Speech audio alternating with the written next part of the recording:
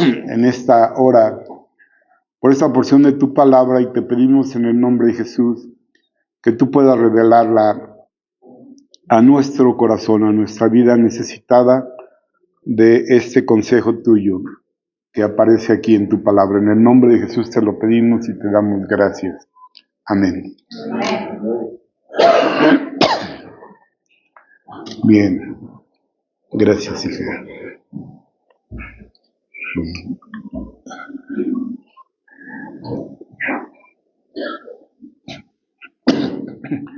El mar de Galilea fue muy importante en el ministerio de Jesús. De hecho, él estableció, digamos, su centro misionero o su centro ministerial en la aldea de Capernaum. Y desde ahí salía periódicamente a la región alrededor del lago, en la región de Galilea, y algunos poblados hacia adentro para predicar el Evangelio, anunciar el Evangelio del reino, anunciar el advenimiento del reino de Dios, y predicar, es decir, proclamar las buenas noticias que Dios tenía para el pueblo de Israel en ese momento y después para todo el mundo, para enseñar en sus sinagogas, es decir, anunciaba el Evangelio del reino y luego enseñaba los principios del reino. Y también para sanar toda enfermedad y toda dolencia entre el pueblo. Y así se describe en Mateo 4:23, donde nos muestra cómo concebía Jesús su misión, que luego delegó en sus apóstoles y luego en todos los que creyeron en él. Y dice ahí que recorrió él toda Galilea, predicando en las sinagogas de ellos, de los judíos, es decir, enseñando los principios del reino y predicando el Evangelio, proclamando el Evangelio del reino y sanando toda enfermedad y toda dolencia en el pueblo.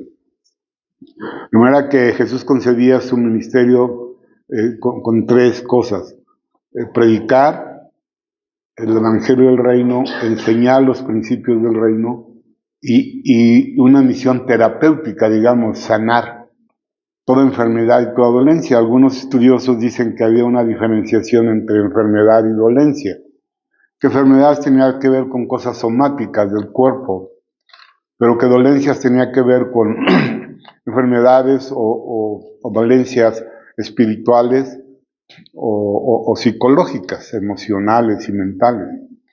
Y Jesús tenía entonces una misión proclamativa o querigmática, una misión didáctica, enseñar, y una misión terapéutica. Y la iglesia debe de cumplir esas tres funciones en su entorno. Pero el mar de Galilea ha sido considerado por muchos como una metáfora de la vida, como una metáfora de nuestro navegar en la vida. Y hay algunas razones que respaldan fuertemente esta idea. El mar de Galilea como un lugar que describe de manera simbólica nuestro navegar en la vida. De hecho, hay dos cantos que yo puedo recordar en ese momento que hablan de ese mar y de tormentas en ese mar. Uno se llama El piloto de Galilea. ¿Sí? Si la luz del sol se oculta y vacila en mí la fe, mi plegaria elevo y clamo: Cristo, mi piloto, sé tú mi piloto mientras yo transcurro por la vida. La barca representa nuestra vida y cómo nosotros tenemos que navegar desde que nacimos hasta que morimos. Curiosamente, en la iglesia de Día Las Flores hace como un mes y medio que fue a predicar. Ahí tienen 2 servicios y cuando terminó el segundo servicio me preguntaron 3 personas en lo que yo salía. Yo no sé por qué, pero me preguntaron qué edad tenía. ¿Qué edad tiene, hermano? La primera dije, bueno, voy a cumplir 76 años. Ah, dice. Otra persona me preguntó, hermano, ¿qué edad tiene? Y volví a decir lo mismo. Pero la tercera vez que me preguntaron dije, esto está un poco extraño. Y pensé, ya no voy a decir mentiras, ¿no? ¿Qué edad tiene, hermano? Le dije, no, pues no sé. ¿Cómo que no sabe? No sé, le digo. Y ya le dije a la hermana, generalmente cuando nos hacen esa pregunta, nos remitimos al acta de nacimiento. Pero en realidad esos años que decimos que tenemos ya no los tenemos. Ya no los comimos, ¿no? Y creo que es mejor remitirnos al acta de defunción, solo que no sabemos cuándo será, qué fecha tendrá nuestra acta de defunción. Pero menciono esto porque el mar de Galilea se presenta como una metáfora del transcurrir en la vida. Así decía ese canto, si la luz del sol se oculta, si las cosas se vuelven oscuras, feas, y vacila en mí la fe, yo elevo una plegaria y clamo a Jesús, tú sé mi piloto.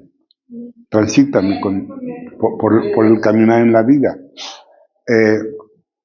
Y hay otro que hace referencia concretamente a una tormenta que se presentó en ese mismo mar con los discípulos de Jesús en una barca. Pues la diferencia con esta tormenta y con esta historia es que en capítulo 8 Jesús estaba en la barca. Y aquí Jesús los mandó solos, a ellos a que cruzaran el mar, con rumbo hacia Capernaum o Bethsaida. Era un viaje como de unos 10 kilómetros, porque no era recorrer todo lo largo del lago, sino de una ribera a otra. Y parece que ellos no se resistieron un poco a subir a la barca, pues Jesús no iba a ir con ellos. Pero en el capítulo 8 se habla de una tormenta. Y hay un himno maravilloso que seguramente ustedes conocen. Maestro, se encrespan las aguas y ruge la tempestad. ¿Sí? Los grandes abismos del cielo se cubren de oscuridad. De repente desapareció el sol, todo se oscureció, vinieron los fuertes vientos, las olas que golpeaban, pasaban sobre la barca, y Jesús estaba dormido. Dice, maestro, se encrespan las aguas y ruge la tempestad. Los grandes abismos del cielo se cubren de oscuridad. ¿No ves que aquí parecemos fueron y lo despertaron, verdad? ¿Puedes dormir así cuando el mar agitado nos abre profundo sepulcro aquí? Pero el coro es maravilloso, porque Jesús se despertó. Digo, ¿qué pasa? Y bueno, ellos eran pescadores, marineros, estaban acostumbrados a enfrentar tormentas en ese lago, vamos a ver por qué. Pero ellos estaban espantados con toda la experiencia que tenían y la barca parecía que se iba a hundir. La barca parecía que se iba a hundir. Yo no sé si usted ha pasado por tormentas en su vida donde parece que la barca se va a hundir. Ajá. Pero ahí dice que Jesús se despertó y le habló a los vientos y a las olas, ¿no? Le habló a la tormenta. ¿Qué les dijo? El coro dice, los vientos, las ondas oirán tu voz. Sea la paz. Sea la paz. Calma las iras del negro mar, las penas del alma las hace cesar. Y así la barquilla do va el Señor, hundirse no puede en el mar traidor. Doquier se escucha tu voluntad, sea la paz, sea la paz. Tu voz resuena en la inmensidad, sea la paz. Quizás si alguien hay aquí que esté pasando por una tormenta, necesita que Jesús hable, ¿verdad? Que ya sea la paz. Entonces, el mar de Galilea se presenta como una metáfora de nuestro navegar en la vida, porque ese mar tenía algunas características geográficas que hacía que tuviera momentos de gran calma, hermosa calma. Pero por algunas condiciones geográficas, en cualquier momento esa calma se transformaba en una tormenta. ¿Verdad que sí se parece a la vida? Qué maravillosa es la vida cuando todo está en calma. Pero en cualquier momento surge una tormenta que amenaza hundir nuestra barca. La razón es que ese mar, que en realidad era un lago de agua dulce, pero por su extensión se le llamaba mar de Galilea, o de Genesaret, lago de Genesaret, estaba ubicado a 210 metros debajo del nivel del mar. Entonces es una zona cálida, fértil. Yo recuerdo lugares que están en partes desérticas, pero que están abajo del nivel del mar. Hay algo que se llama las grutas de Tolantongo, no sé si han escuchado hablar de eso. O hay otras zonas, ¿no? Y entonces son lugares cálidos, con vegetación, aunque arriba es un desierto. Pero por su posición geográfica son lugares cálidos y agradables. Pues así era el mar de Galilea. Pero había un monte, el Monte Hermón, muy cerca de la ribera, que tenía 2.800 metros sobre el nivel del mar, y generalmente en todo el año tiene una capa de nieve arriba. Entonces de ahí, de ese monte, descendían vientos helados y chocaban con los vientos cálidos que surgían de la evaporación del agua en el lago, y producían tormentas repentinas en cualquier momento.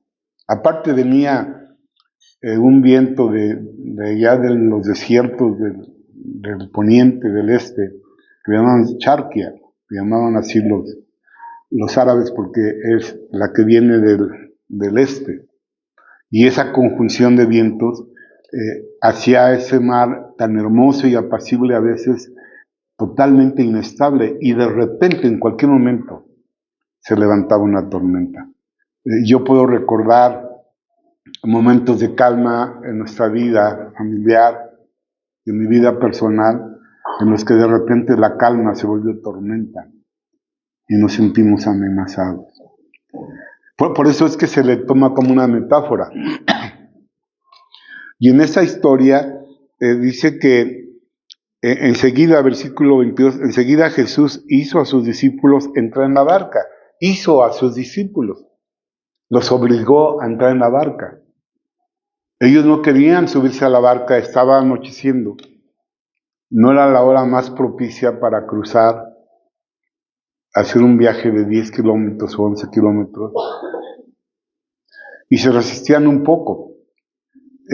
Probablemente pensaban, Jesús recuerda que en el capítulo 8 cruzábamos el mar y de repente la calma se volvió una tormenta y tú te dormiste, pero ibas con nosotros. Ahora nos mandas a cruzar el mar en la noche y tú no vas. Yo no sé si usted se hubiera resistido. Yo creo que yo sí le hubiera dicho al menos, Señor, ¿por qué no te vienes con nosotros, no? Acababa de ocurrir un gran milagro, la alimentación de los 5,000.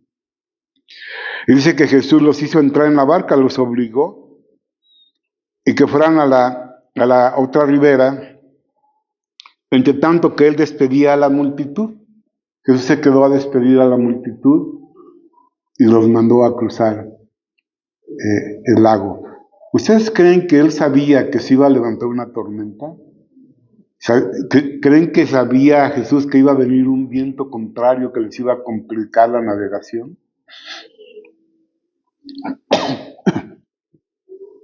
Cuando se tenía un viento a favor, pues levantaban las velas y el viento los llevaba. Pero cuando viene un viento contrario hay que arriar las velas y hay que remar, o hay que regresarse, ¿no? Pues todo esto tiene que ver con eso, caminar en la vida. Entonces, los envió que se embarcaran, que empezaran a cruzar a la otra ribera, y entre tanto él despedía a la multitud que había alimentado. Como que la historia está incrustada ahí para decirnos, acababan de ver un gran milagro, de que solamente con 2 peces y 5 panecillos se les dio de comer a esa gran multitud y sobraron 12 cestas de pan. Y dijo que se guardaron. Es toda una lección ahí de la economía de Dios, que incluye la buena administración de los milagros. Pero ellos venían de un milagro. Ahora Jesús los envía y ellos van con temor. conocemos este mar, sabemos que en ese momento está en calma, pero sabemos que en cualquier momento puede cambiar. Es en la noche y Jesús no va con nosotros. ¿Sí? Yo no sé si a usted no le daría temor cruzar la vida sin Dios. David escribe un salmo maravilloso que describe que un pastor lo escogió a él y que él lo aceptó. Dijo, yo quiero que tú seas mi pastor para cruzar la vida. Y el Salmo 23 es una descripción de nuestro cruce por la vida. Jehová es mi pastor, nada me faltará. Puedo confiar que nada me faltará. En lugares de delicados pastos me hará descansar. Junto a aguas de reposo me pastoreará. Confortará mi alma, porque habrá momentos en mi viaje por la vida que mi alma necesita ser confortada. ¿Usted le ha pasado? ¿Usted ha necesitado que Él venga y toque su corazón quebrantado? Que le dé aliento, que le dé fuerza. Confortará mi alma, me guiará por sendas de justicia, por amor de su nombre. Señor, guíame por sendas de justicia, por amor tuyo. ¿Sabe que esa oración de por amor de tu nombre, es una oración que poco practicamos? Pero es una oración que el profeta Ezequiel nos dice que Dios la recomendó. Ustedes se han portado mal, han hecho esto, han hecho aquello, pero por amor de mi nombre yo tendré misericordia de ustedes. Como que Dios va a defender su prestigio. Entonces debemos ser, Señor, por amor de tu nombre. Dice, por sendas de justicia me guiará por amor de su nombre. Y luego dice, aunque ande en valle de sombra y de muerte, porque existen esos valles. Y quizá existirán. Algunos los hemos pasado, otros lo van a pasar. Y nosotros que los hemos pasado, quizá nos esperan valles de sombra de muerte. O dice, aunque ande en esos valles de sombra y de muerte, no temeré mal alguno. ¿Por qué? Porque tú estarás conmigo, tú serás mi piloto. Tú estarás en mi barca. Entonces, aunque ande en valle de sombra de muerte, no temeré mal alguno, porque tú estarás conmigo. Tu vara y tu callado me infundirán aliento, me darás aliento. Aquí en esta historia hay dos pasajes paralelos, Juan capítulo 6, del versículo 16 al 21, yo creo, y Marcos capítulo 6 también, del 45 al 52. Son pasajes paralelos, hablan de lo mismo, pero tienen información complementaria que nos ayudará en esta tarde. Ahí dice que cuando él apareció caminando sobre el mar, y ellos se espantaron y pensaron que era un fantasma. Imagínense qué grado de pánico tendrían, ¿no? Habían estado remando un tiempo que ahorita veremos, contra un viento contrario. Las olas azotaban la barca. Y de repente aparece una persona caminando sobre el mar. Se llenaron de pánico. Y dice que gritaron de miedo. Pero entonces él les habló. Y le dijo, tengan ánimo, yo soy, no temáis. Entonces, tu vara y tu callado me infundirán aliento y aderezas mesa delante de mí en presencia de mis angustiadores. Pasamos temporadas en la vida que tenemos que soportar o transitar en medio de angustiadores. A veces esos angustiadores son externos, a veces nuestra conciencia, a veces viene de las tinieblas, ¿verdad? Una opresión. Aderezas mesa delante de mí en presencia de mis angustiadores. Unges mi cabeza con aceite. Los pastores orientales ungían con aceite a las ovejas para defenderlas de los insectos que venían y los infectaban. Pero si tenían el aceite se alejaban y les dañaban los ojos. Unges mi cabeza con aceite. Mi copa está rebosando. Tengo un gozo que no puedo explicar porque estoy en medio de una tormenta, pero tengo paz, tengo gozo. Quizá porque seguimos el consejo de Pablo a los tesalonicenses en el capítulo 4. Por nada entres en pánico, por nada estéis afanosos. No importa el tamaño de la tormenta. En lugar de eso, haz conocidas tus peticiones delante de Dios en toda oración y ruego con acción de gracias. Y si haces eso, hay una promesa, la paz de Dios, que sobrepasa todo entendimiento, guardará tu vida mental, tus pensamientos y tu vida emocional, tu corazón, en Cristo Jesús. Y nosotros transitamos en la vida y continuamente necesitamos de eso. Entonces, mi copa está rebosando, tengo paz, tengo gozo. ¿Por qué? No sé. ¿Sí? No sé. Quizá porque recordamos sofonías, ¿no? Que podemos tener gozo en medio de los problemas. Porque Él es nuestro gozo. El gozo del Señor, mi fortaleza es. Cantamos, ¿verdad? El gozo del Señor. Necesitamos ese gozo para transitar en la vida sin amargarnos. ¿Por qué tienes gozo? Porque tengo un pastor que me cuida y que me imparte gozo.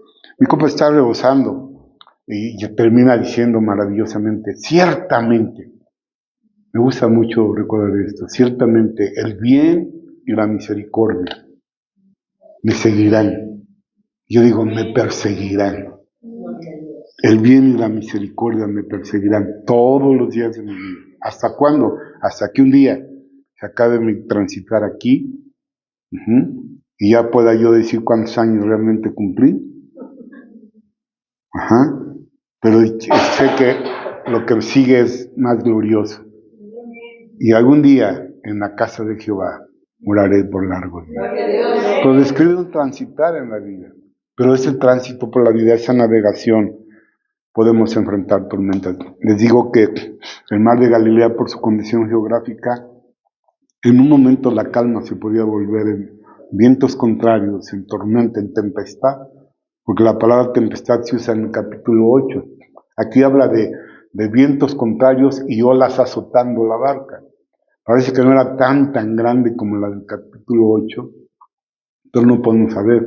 El caso es que estaban enfrentando un tiempo de adversidad, pero que Jesús había permitido. ¿Por qué? Y yo puedo decir, como respuesta a este por qué, porque todas las tormentas de la vida de los redimidos tienen propósitos divinos. Las tormentas en nuestra vida tienen propósitos de Dios. Puedo recordar una tormenta épica que la Biblia narra en el capítulo 1 del profeta Jonás.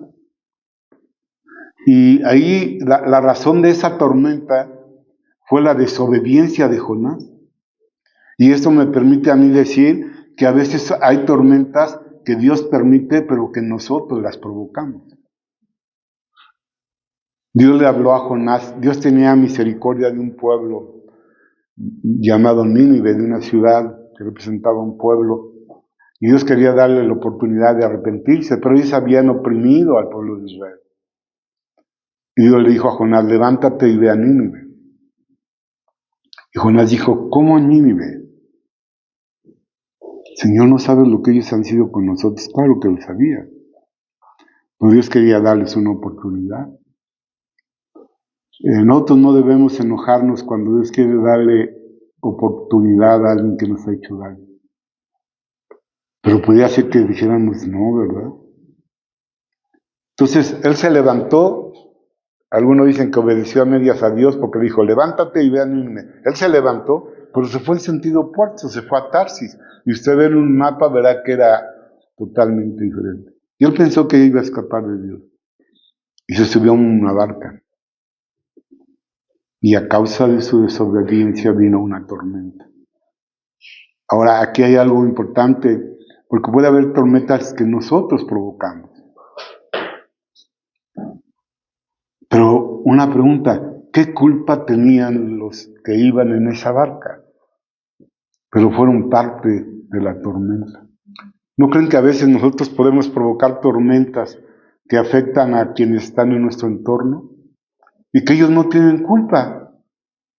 Pero nuestra desobediencia, nuestro intento de huir de Dios puede meterlos a ellos en una tormenta.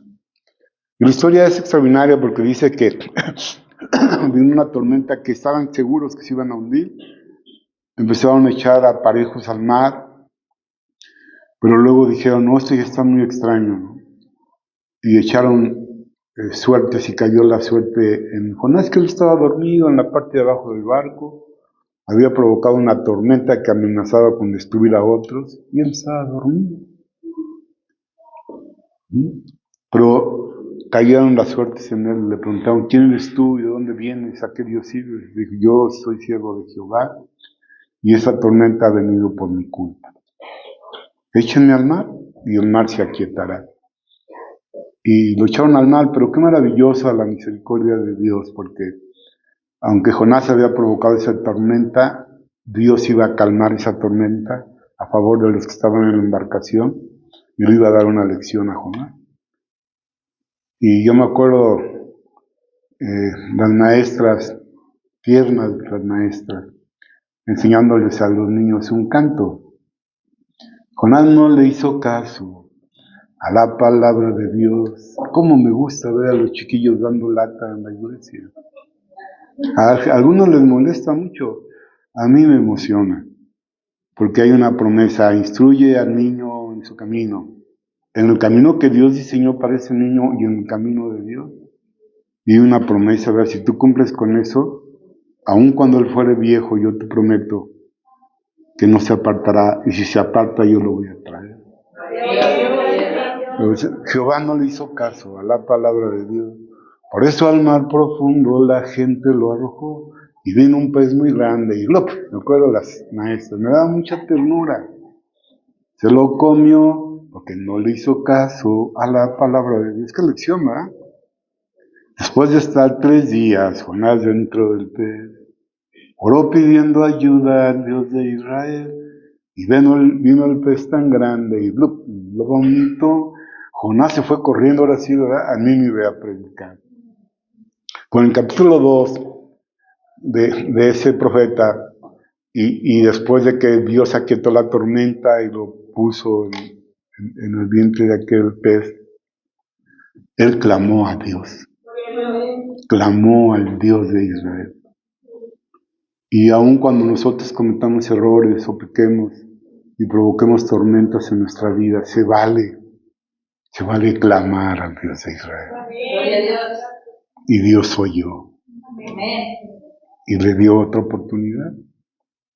La historia de Jonás algún día la platicaré con más amplitud, es extraordinaria en enseñanza. Pero esa tormenta tenía el propósito de corrección. Y a veces cuando estamos pasando por una tormenta en nuestra vida podemos preguntarnos, ¿cuál será el propósito de Dios? ¿Cuál es la razón? Y si es corrección, más nos vale clamar por misericordia. De Dios se dice que Él es lento para ir a la ira y grande en misericordia. Y dice que se deleita en hacer misericordia. Está esperando una oración, ¿verdad? Un reconocimiento. Y calmará la tormenta y nos dará un nuevo camino. Entonces, hay tormentas que tienen por objetivo la corrección. En el capítulo 8 de Mateo, parece que el propósito, el objetivo era que ellos aprendieran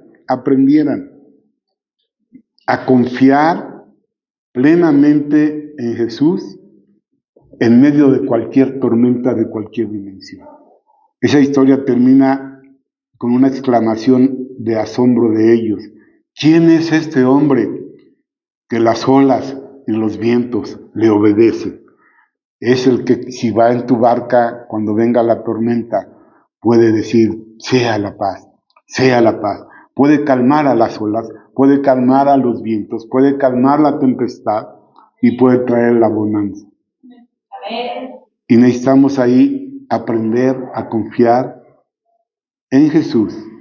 No importa el tamaño de la tempestad que enfrentemos y lo débil de nuestra barca. Hay un himno poco conocido que se llama La vida es un barco que navega en la noche, surcando las olas inmensas del mar. Pero el coro dice, con Cristo al timón navegamos seguros, confiando en su gracia Él nos salvará. Y aunque los vientos destrocen las velas, la frágil barquilla de nuestra vida no naufragará.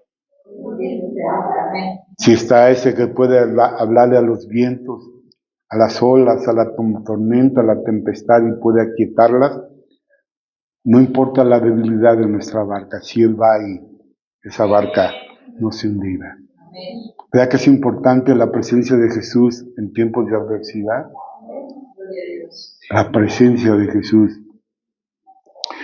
Hay otra tormenta allá, capítulo 26 o 28 de Hechos, cuando Pablo, que es el capítulo 28, Pablo está siendo trasladado como prisionero a Roma y lo suben a una embarcación. Y cuando van por Creta, él les advierte que va a venir una tormenta y que no naveguen, que se esperen, pero no le hacen caso y navegan.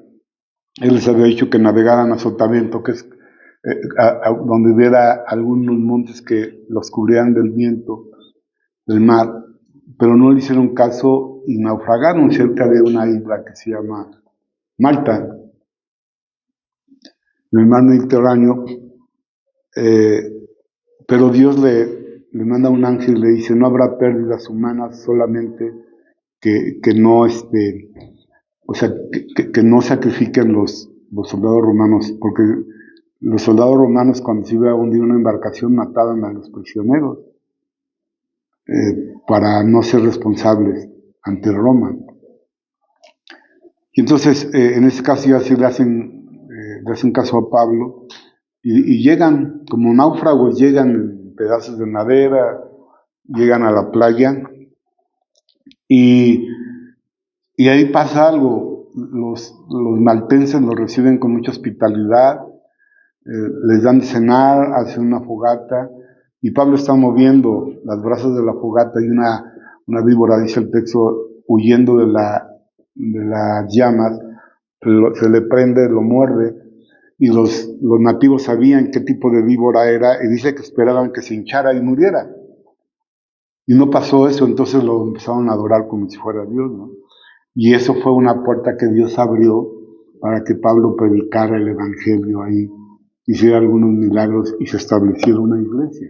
De manera que esa tormenta tenía como propósito abrir las puertas de esa región a la predicación del evangelio.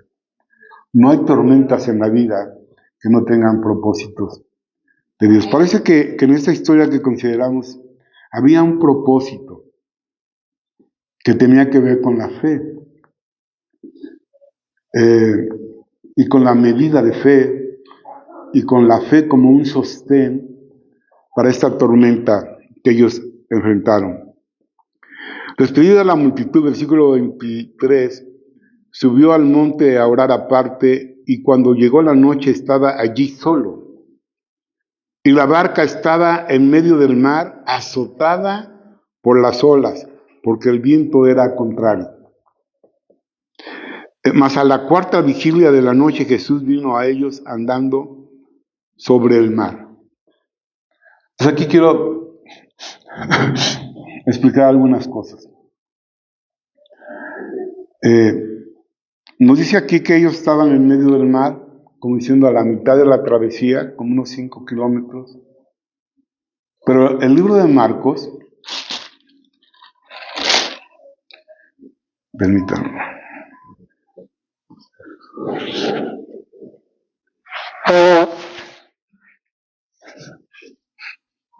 En el capítulo 6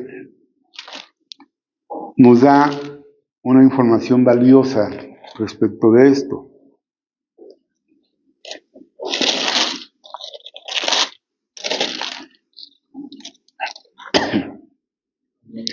Versículo 45. Enseguida hizo a sus discípulos entrar en la barca, que otro dice que los hizo entrar,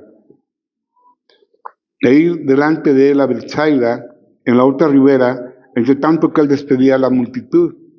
Y después que los hubo despedido, se fue al monte a orar. Y al venir la noche, la barca estaba en medio del mar y él solo en tierra. Pero vean el versículo 48. Y viéndolo remar con gran fatiga, Eso no aparece en Mateo, pero aparece aquí. Viéndolo remar con gran fatiga, porque el viento les era contrario, cerca de la cuarta vigilia de la noche vino a ellos sobre el mar. Marcos capítulo 6, versículo 45 al 52. Vino andando sobre el mar y quería adelantársele. Entonces nos dice que Jesús los vio remando con gran fatiga. Y aquí surge una pregunta. Era de noche, estaba ya oscuro. Jesús estaba en un monte que no era tan alto. El monte se llamaba El Mirador. Y sí se veía hacia el mar, pero era una noche de una tormenta. ¿Cómo es que Jesús los vio? ¿Cómo es que Jesús vio una barca pequeña? Quizá aparece esto aquí para decirnos que nuestra vida o nuestra barca transitando por la vida no es pequeña para Jesús, no es insignificante. Él nos puede ver. Evidentemente no quiere decir que los vio con los ojos, que vino de repente una luz, los iluminó y él pudo ver la barca pequeñita en medio del mar, como a la mitad, como 5 kilómetros más allá, en la noche, pues no es posible, ¿verdad? Sin embargo, Él nos ve.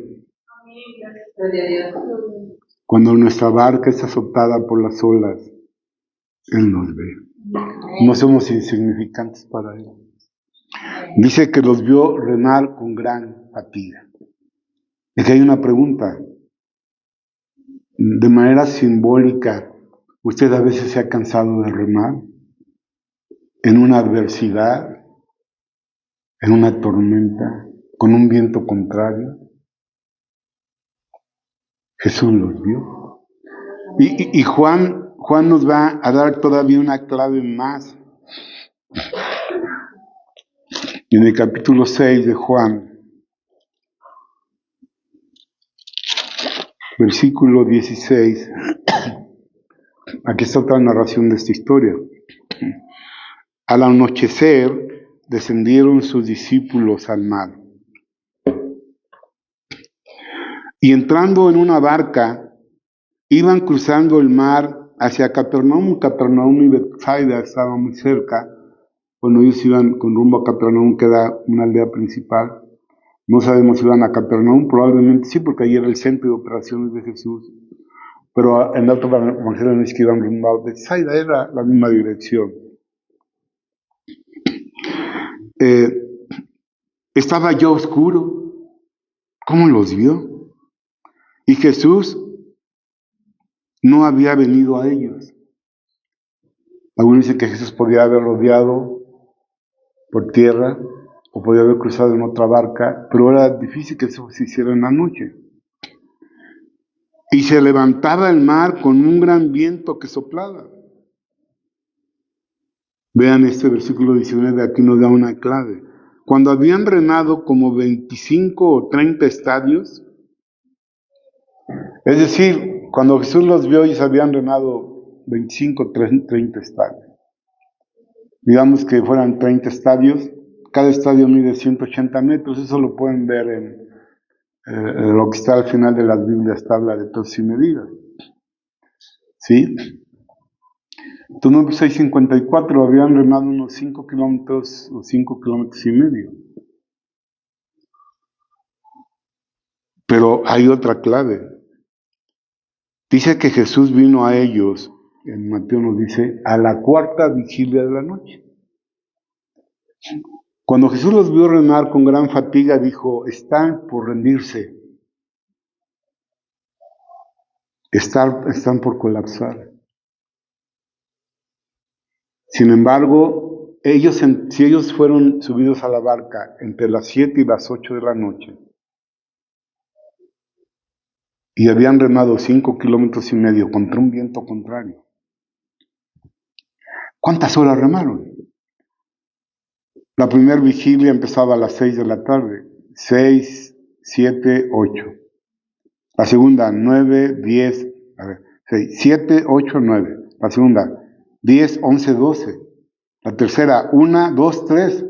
La cuarta vigilia empezaba a las 4 de la mañana. Vean si esto no es una clave de interpretación. ¿Cuánto tiempo habían remado?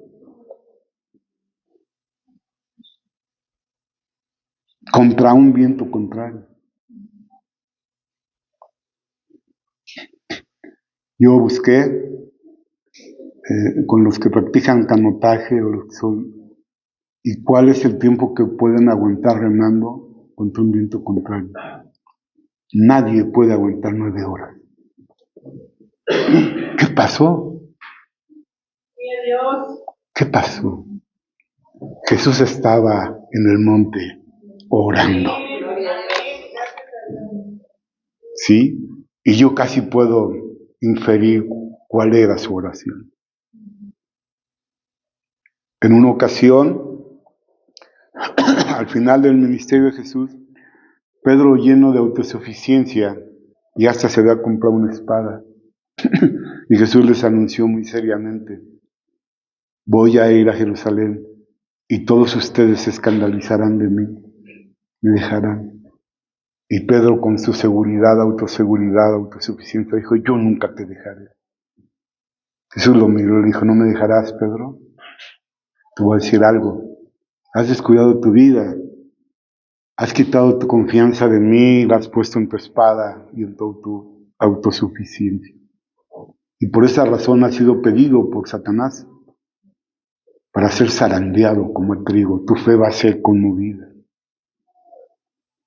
Me vas a negar 3 veces.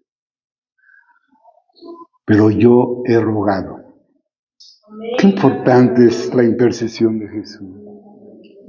Yo he rogado. ¿Qué has rogado? Que tu fe no falte. No sé si usted alguna ocasión, al pasar por tormentas en la vida, llegó un momento que dijo: ¿y por qué seguir remando? Si ya no tenía fuerzas. ¿Por qué seguir remando? Allá en el segundo libro de las Crónicas, cuando Josafat, rey de Judá, del reino del sur, pasa por una gran tormenta porque 3 grandes ejércitos se confabulan para destruirlos. Y cuando le dicen a él, que en el versículo 7, él se llena de temor y convoca al pueblo a orar y ayunar. Pero en el versículo 12 le confiesa a Dios algo. Le dice: ¿no vas a intervenir en esta tormenta? ¿No vas a intervenir? ¿No los juzgarás tú, oh Dios? Nos quieren quitar la tierra que tú nos diste. ¿No los juzgarás tú? Porque en nosotros no hay fuerza contra tan grande multitud que viene contra nosotros. ¿Han enfrentado situaciones así? Donde las circunstancias adversas rebasan con mucho sus fuerzas. No sabemos qué hacer, pero a ti volvemos nuestros ojos.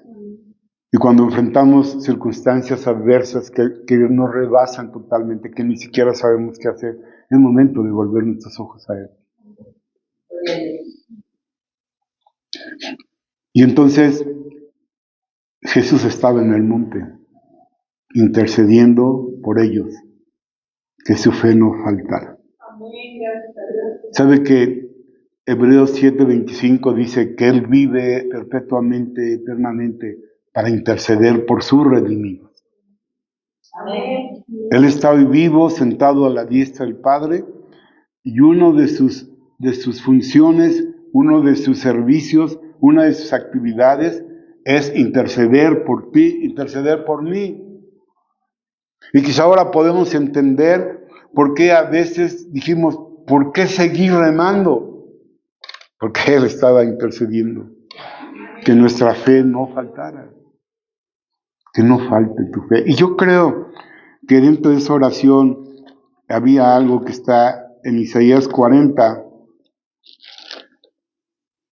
desde el versículo 28, yo creo, o quizás desde el 27. Déjenme ver.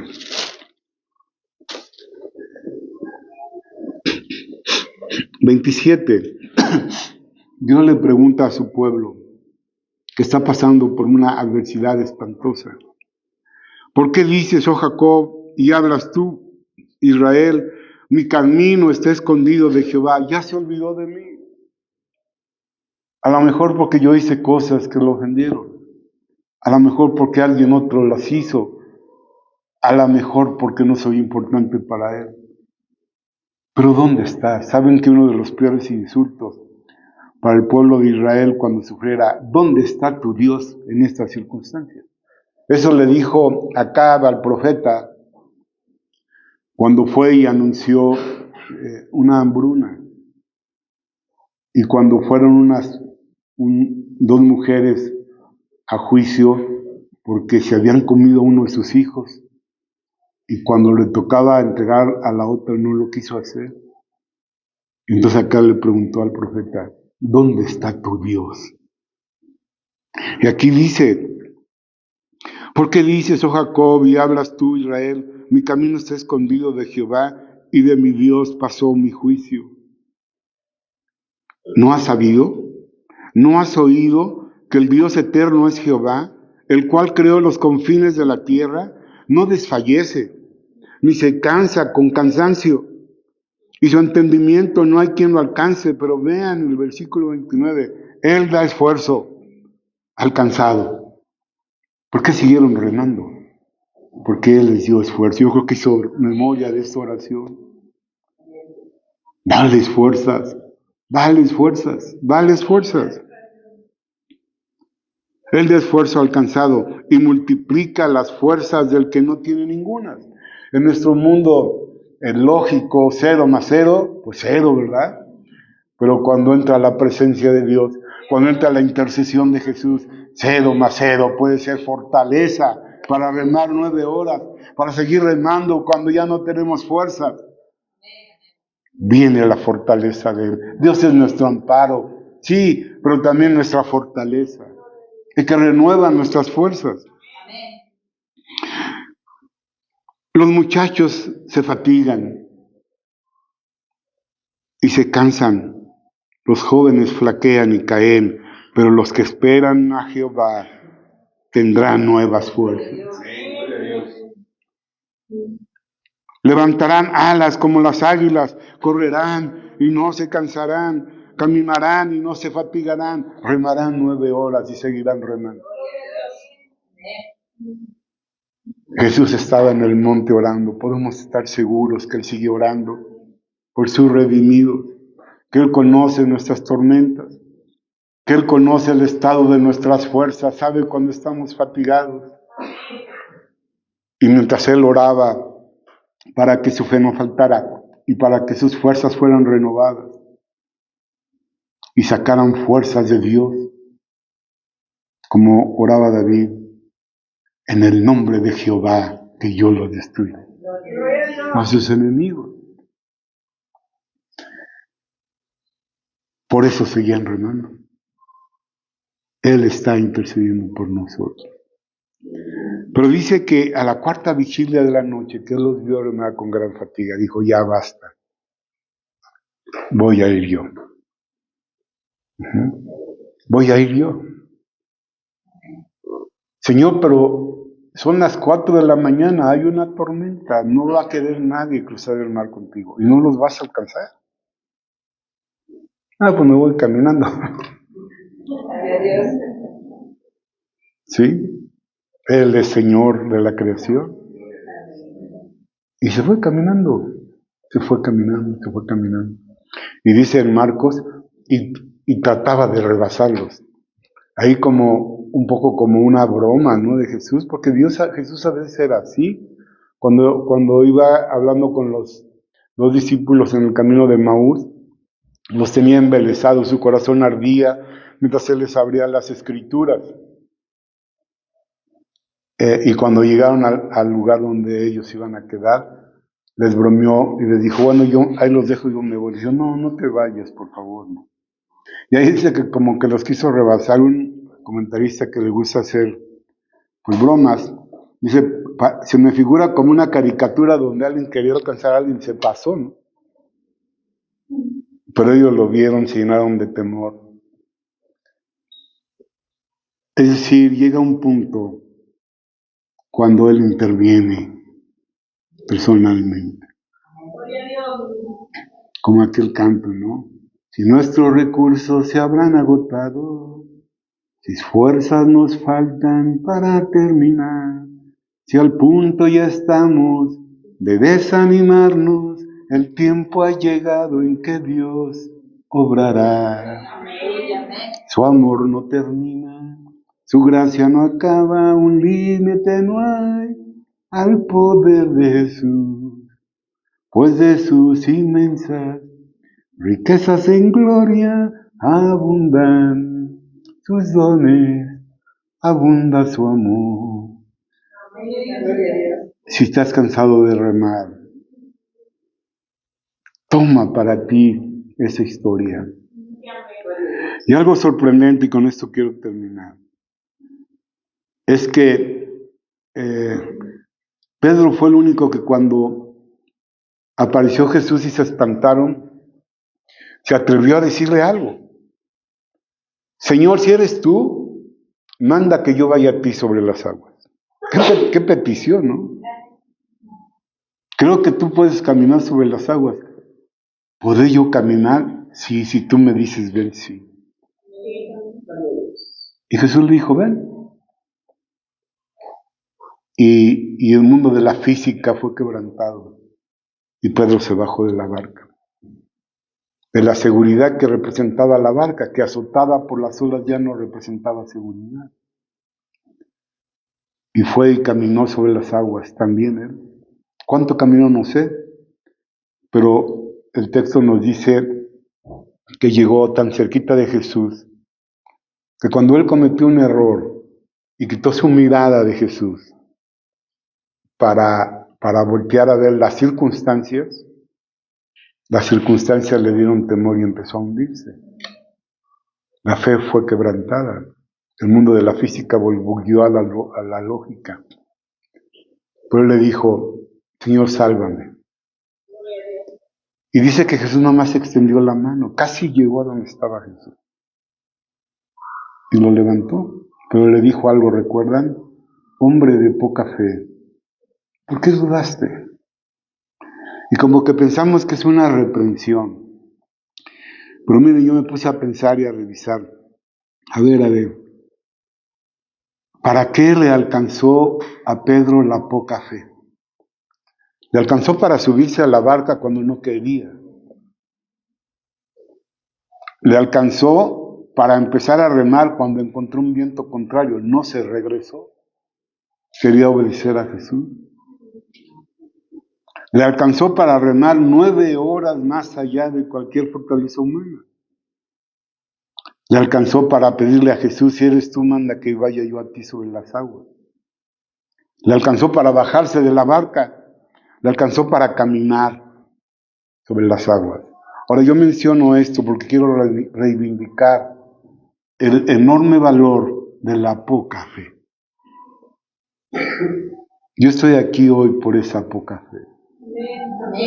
Estoy seguro que mi esposa es una mujer de una fe mayor que yo. Aquí está Ariana, ella también es una mujer con una fe mayor que la mía. Pero yo le quiero agradecer a Dios por la poca fe que me ha permitido llegar hasta este día, a este lugar. Y Jesús le dijo a Pedro, yo he rogado y voy a seguir rogando que tu fe no falte. No quiero con esto decir que no debemos anhelar una mayor expresión de la fe, pero ahí Pedro casi llegó a donde estaba Jesús, pero volteó la mirada, como dice Hebreos capítulo 12, que la carrera que tenemos por delante debemos correrla con paciencia, puestos los ojos en Jesús, que es el autor y consumador de la fe. Así se camina la vida cristiana. A veces ponemos nuestros ojos en otras personas, que a lo mejor Dios usa mucho, pero cualquier persona nos puede fallar. Pero si caminamos viendo a Jesús, nada nos desviará.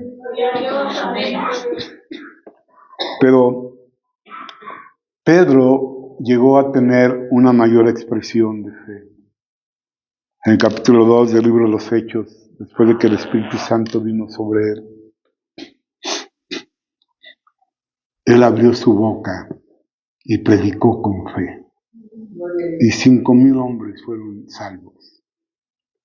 Nacieron de nuevo, forman parte de los redimidos. En el capítulo 3 de Hechos, un hombre los ve, un limosnero, para pedirles dinero, limosna, y él le dice, pues no tengo oro ni tengo plata, pero tengo algo, y eso te lo voy a dar. ¿Qué tenía? La fe dada por Dios para obrar milagros, y el nombre de Jesús. Cuando ellos los interrogan, ¿con qué autoridad o en qué nombre hicieron esto? En el nombre de Jesucristo de Nazaret. Les prohibimos que prediquen en ese nombre, pues se fueron a predicar en ese nombre. Y en el capítulo 5 del libro de los Hechos, dice que la vida de fe del apóstol Pedro, que se hundió o empezó a hundirse en el mar de Galilea en medio de una tormenta, cuando dejó de ver a Jesús, esa fe para obrar milagros era tan grande, porque esa fe aparece como un don en el capítulo 12 de 1 Corintios, el don de fe y el don de obrar milagros. En el capítulo 5, eso era tan fuerte en la vida y en la persona de Pedro, a causa de la voluntad de Dios y de sus dones, que dicen que la gente sacaba a los enfermos para que al menos la sombra de Pedro al pasar los tocara y fueran sanos. Hay un nivel de fe más alto que la poca fe, pero no infravaloremos o devaluemos el valor maravilloso de la poca fe. La fe, ahí en Romanos 1:17 el apóstol Pablo dice, porque en el Evangelio la justicia de Dios se revela por fe y para fe. Una fe que nos capacitó para creer con el corazón y por eso fuimos salvos. Pero luego una fe que nos ayuda a profundizar en la vida cristiana, a caminar la vida cristiana, a enfrentar las tormentas y a salir vencedores. Porque aquel que nos redimió está intercediendo perpetuamente por cada uno de nosotros para que nuestra fe no falte, para que nuestras fuerzas sean renovadas. De manera que, hermanos, denle gracias a Dios por esa poca fe que ha estado con nosotros cuando pasamos por tormentas y que seguramente estará con nosotros cuando vengan otras tormentas. Padre, te damos gracias por esta porción de tu palabra. Te pedimos en el nombre de Jesús que tú la grabes en nuestro corazón y que nosotros podamos vivir confiados en ti, confiados en aquel que puede hablarle a los vientos, a las olas, a la braveza del mar, Señor, que puede calmar la tempestad, que puede proclamar paz. Aquel que está en el monte ahora en la presencia del Padre intercediendo por nosotros. Aquel que nos acompaña en nuestras tormentas y las convierte en paz. Porque todas estas historias, estas 3 historias que son la misma, terminan diciendo, llegaron a la otra orilla. Él nos llevará al otro orilla. Y así dice ese canto, el piloto de Galilea, cuando llegue a la ribera de la patria celestial, me dará la bienvenida mi piloto sin igual. Mi piloto irá conmigo y de nada temeré, no me espanta el mar furioso, solo en él yo confiaré.